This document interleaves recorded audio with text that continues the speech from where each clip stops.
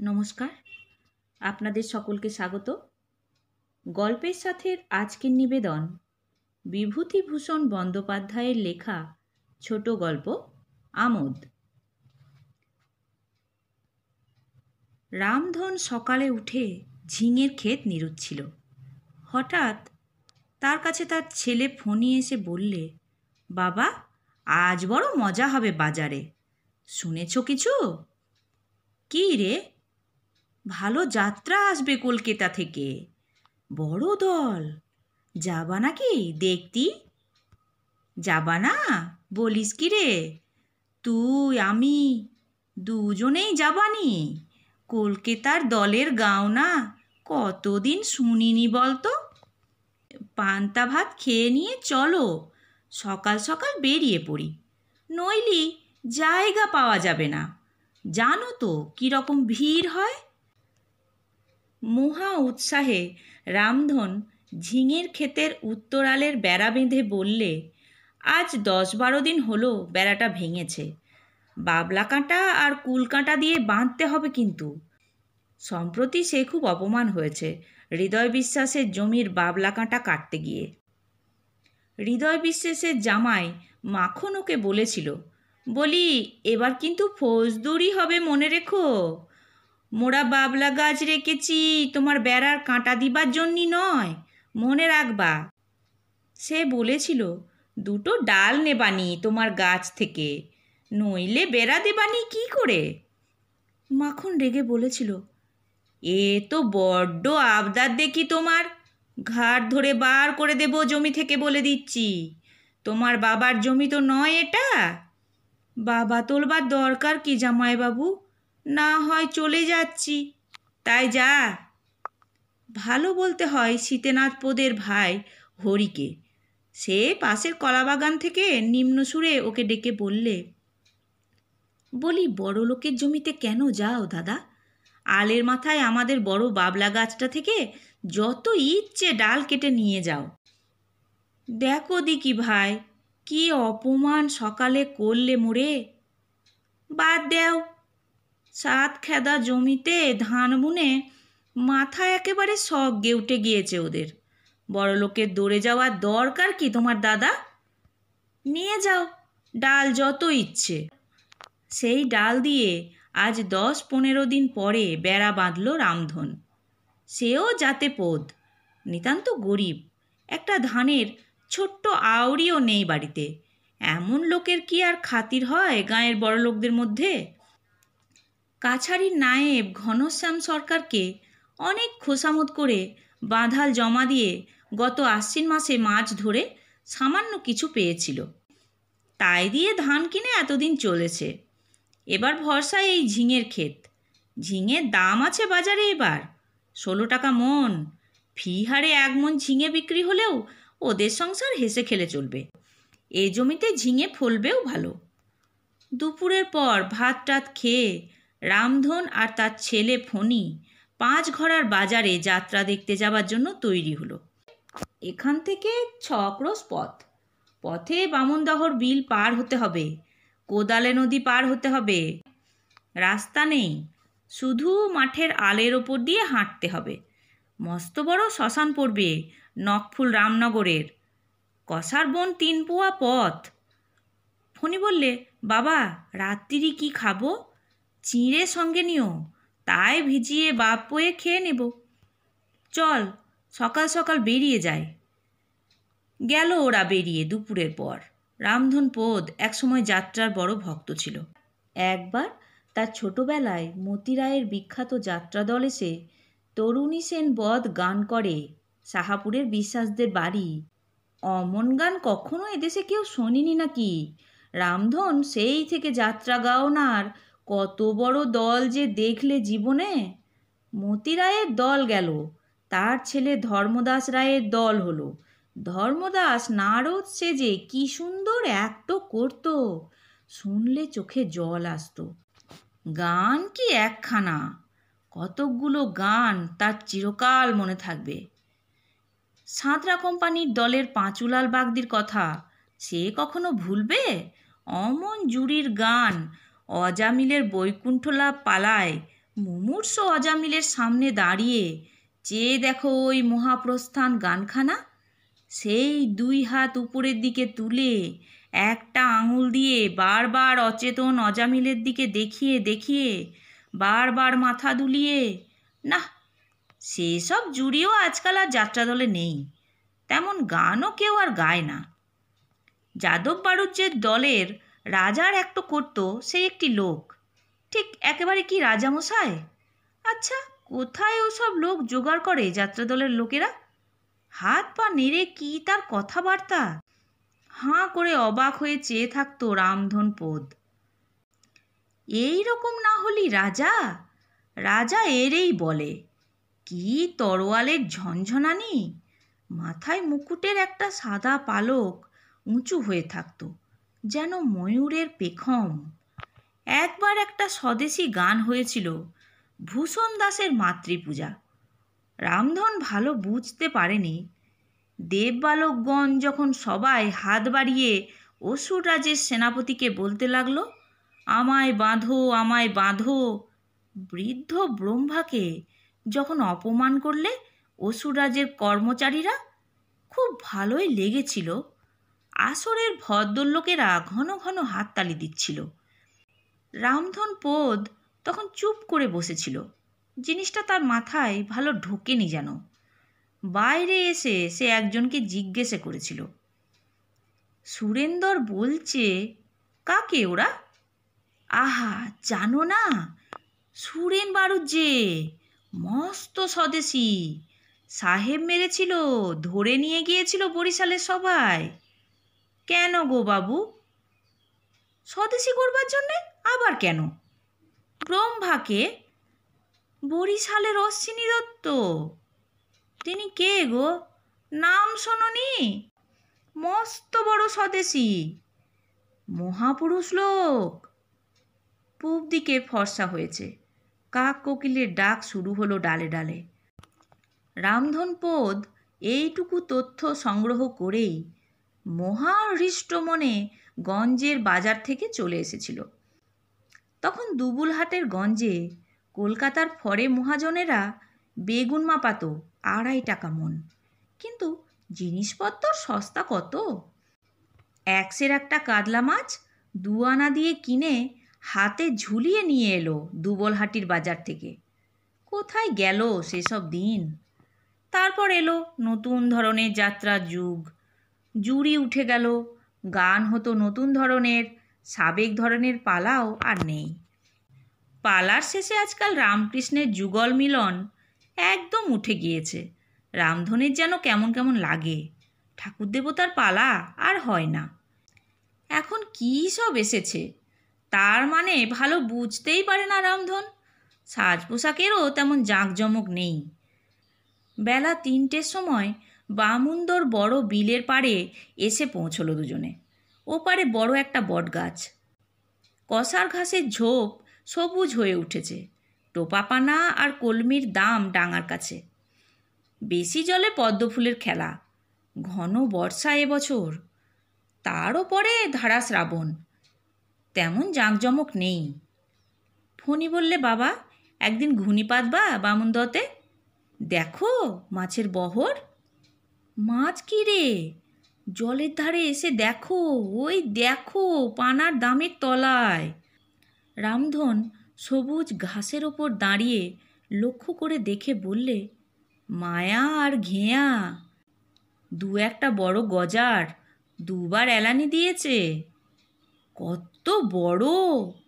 2 সেরের উপর হবে। তা এখন আর করি কি বল? তেতপ্পর হয়ে গেল, যাত্রা শুনতে গেলি মাছ আর ধরা হয় না আজ। পার হবা কি করে? বড্ড জল বেড়েছে বিলের। তালের ডোঙা টোঙা দেখ দিনি কোন দিকে আছে কি না।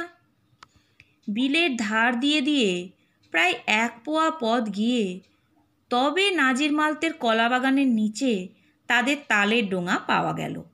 হাতে হুঁকো, 70 বছরের উপর বয়স। তাকে ডেকে বললে, ও মালতে ভাই, ডোঙাটা নেব? কনে যাবা? যাব যাত্রা শুনতি, রামনগরের বাজারে। মাছ ধরবা না এবছর বিলি? বড্ড মাছ উঠছে দেখলাম। তা খাজনা বড্ড বেশি করেছে এবছর জমিদার। 14 টাকা দিয়ে নাকি লাইকিনি করতে হবে। মোরা গরিব লোক, অত টাকা কনে। ধরো না মাছ, আমি আছি, কেউ কিছু বলবে না। নাজির মালতে এ অঞ্চলের মধ্যে অবস্থাপন্ন ধনী গৃহস্থ। 40-50টা ধানের গোলা বাড়িতে ছোট ছোট ছেলে মেয়েদের চুল কেটে নিলে কি পরঘাট করলে মালতে বাড়ি জানান দিতে আসে দূর দূরান্ত থেকে। তা থেকেও বেশ 2 পয়সা উপার্জন হয় ওদের। লোকও খুব ভালো। অনেক নিরন্ন দরিদ্র পরিবার গত 50-এর মন্বন্তরে ওদের গোলার ধান নিয়ে গিয়েছে। মালতে বললে, তামাক খাবা না রামধন?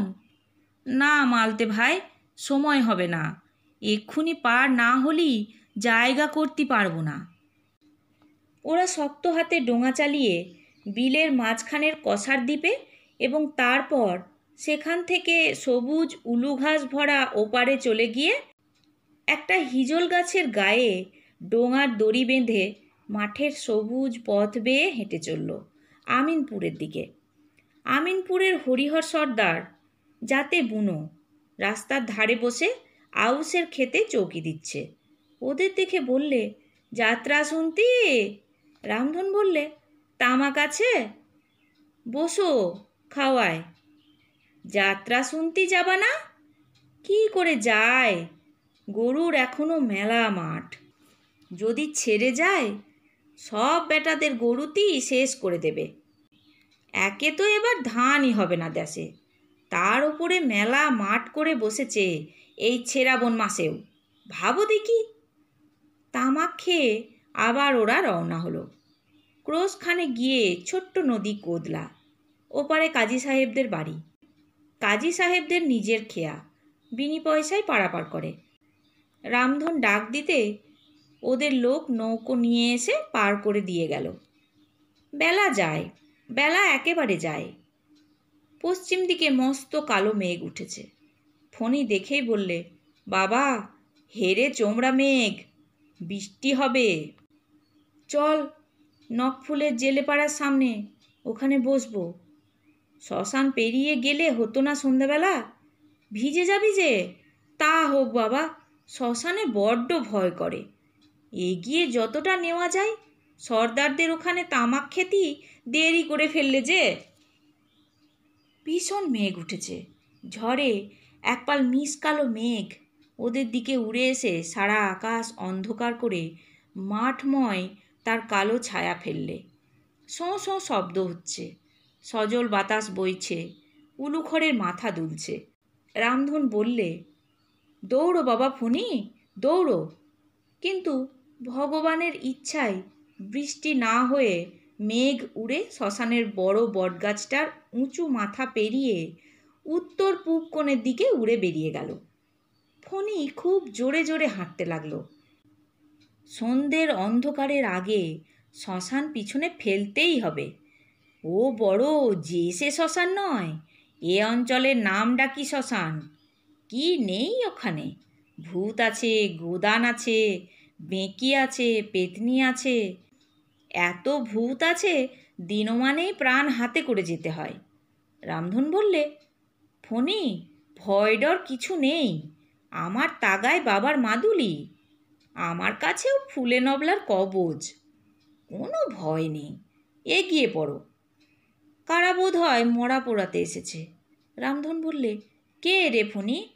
ফণি ভয়ে ভয়ে বললে, ওরা কারা, কি জানি কি করছে। রামধন বললে, কে ডাগো তোমরা? 4-5টি লোক শ্মশানে কি যেন খুঁজছে। কে একজন বললে, নড়াল বাড়ি, পাকিস্তানের লোক। ওখানে কি করছে? হাঁটা দাও ফণি, আমাগোর সে পৌঁছাতে দরকার নাই। ফণি বললে, বাবা, আমি জানি ওরা কি খুঁজছে। মরার কাপড় নিয়ে গিয়ে তাই কেচে পড়বে। ওদের বড্ড কষ্ট। কি করবে বলো? না না, মরার কাপড় খুঁজবে কেন? হ্যাঁ বাবা, মরার কাপড় খুঁজছে, আমি জানি। সেদিন খয়রামারির শ্মশান থেকে দুজন লোক কাপড় নিয়ে গিয়েছে। অনেকে অমন করছে। আকাশে নক্ষত্র উঠেছে।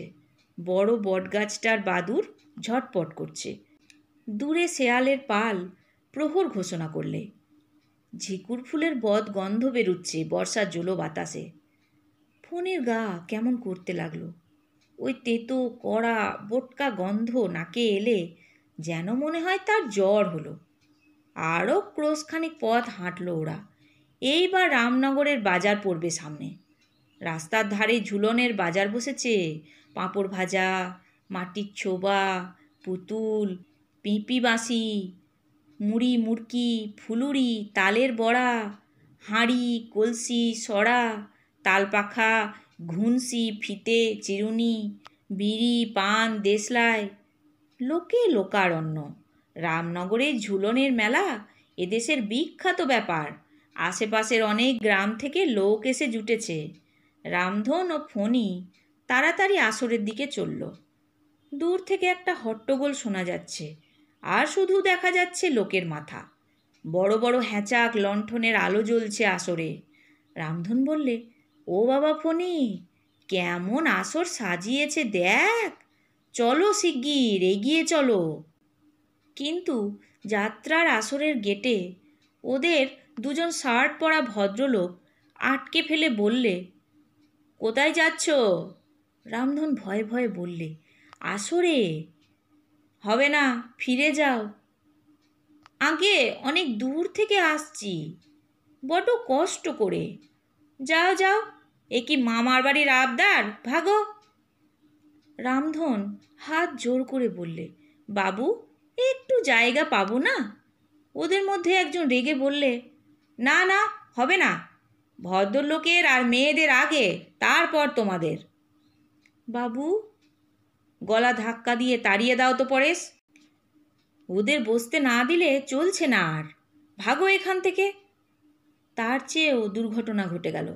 রামধনের ছেলে যুবক, তার রক্ত গরম। সে প্রতিবাদের উত্তরে কি বোধহয় বলেছিল গেটের ওপাশে। হঠাৎ কিলচরের শব্দে মুখ ঘুরিয়ে দেখলে রামধন ওর ছেলেকে ঘিরে ফেলে কারা মারধর করছে। সে ছুটে গিয়ে লোকজনের পায়ে পড়ে ছেলেকে ভিড় থেকে বার করে নিয়ে এলো। ফণির চোখের কোণ দিয়ে রক্ত পড়ছে। মাথার চুল উস্কো খুস্কো, বড্ড মার খেয়েছে সে। রামধন ছেলেকে নিয়ে একটা দোকান থেকে জল চেয়ে নিয়ে ওকে খেতে দিলে, ওর চোখে মুখে দিলে। কিছু সুস্থ হলে ওকে গরম এক পেয়ালা চা 6 পয়সা দিয়ে খাওয়ালে। বললে, দুটো চিড়ে ভিজিয়ে দিই বাবা। না, এখন কিছু খাবো না, চলো যাত্রা দেখি। কি করে যাবি ওখানে? আর যাব না, ঢের হয়েছে। চলো দূর থেকে দেখবানি। আসর থেকে বহু দূরে লোকের ভিড়ের মধ্যে দাঁড়িয়ে ওরা সতৃষ্ণ নয়নে আসরের দিকে চেয়ে চেয়ে দেখতে লাগলো। কলকাতার দলের যাত্রা। গান করছিল একটা ছোকরা হাত পা নেড়ে। সাহেব সেজে কে একজন দাঁড়িয়ে খুব চেঁচিয়ে কি বলছিল। রানী দাঁড়িয়েছিলেন সামনে, কিছু শোনা যাচ্ছিল না। মাঝে মাঝে সামনে এসে লোকের দল দাঁড়িয়ে যায়, আর কিছুই নজরে পড়ে না। আবার এক চমক হয়তো দেখা যায়, রানী চোখে আঁচল দিয়ে ফুঁপিয়ে ফুঁপিয়ে কাঁদছেন। সারা রাত ওদের এভাবেই কাটল, স্রেফ দাঁড়িয়ে। ভোরবেলা যাত্রা ভাঙলে রামধন ছেলেকে নিয়ে বাড়ির দিকে রওনা হলো। সমস্ত রাস্তা বলে বলে এলো, কি পোস্টকার, যাত্রার মতন যাত্রা। দেখলি চোখ জুড়িয়ে যায়।